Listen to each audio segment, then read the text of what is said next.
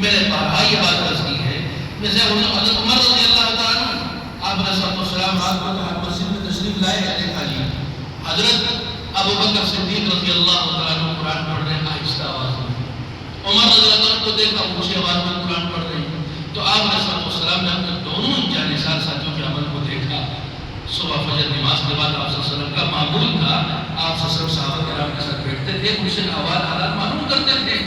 کارگزاریاں سنتے تھے، یہاں تک روایت میں آتا کہ آپ علیہ السلام رات کے خواب بھی سنا کرتے تھے، پوچھتے تھے بتاؤ آج کس نے کیا کیا خواب دیکھے،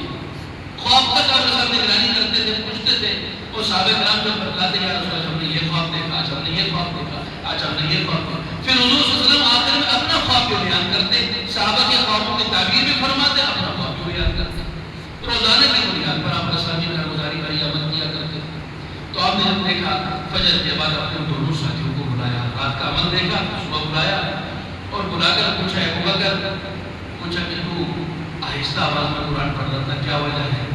تو کہنے لگے یا رسول اللہ جس کو میں سنانا چاہ رہا تھا اس نے میری سنی، یعنی میں اللہ کے ساتھ سرگوشی کر رہا تھا، خاموشی کے ساتھ اللہ نے میری سن لی کہ عمر تو اونچی آواز میں قرآن کیوں پڑھ رہا تھا؟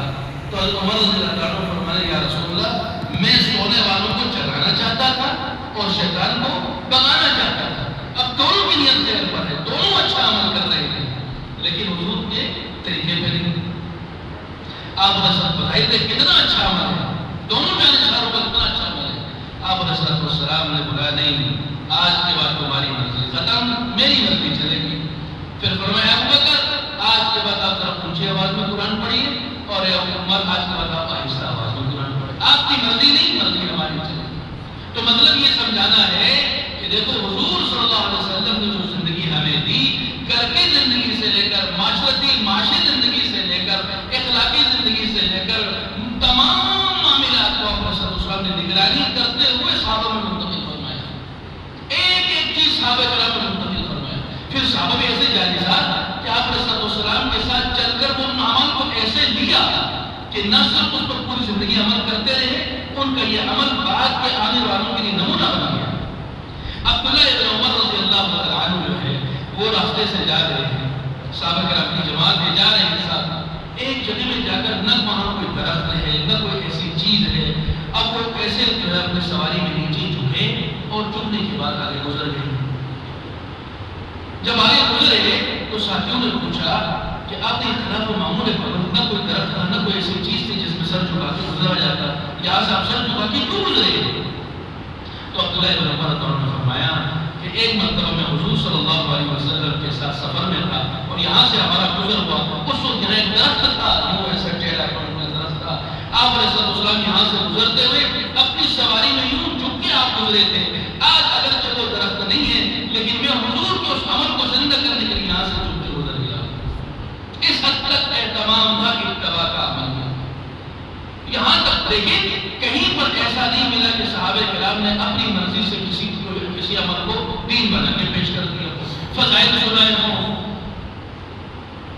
حضرت عبداللہ ابن مسعود رضی اللہ تعالیٰ عنہ بیٹھے ہیں،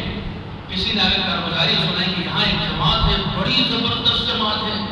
ہمارا ان کے پاس جانا ہوا، بیٹا گیا ہے، رشتہ دار برادری میں سے لوگ گئے ہوئے، بڑے زبردست بزرگ لوگ جمع تھے، ان کی مجلس میں بیٹھ کے بڑا مزہ آ گیا۔ کیا کرتے تھے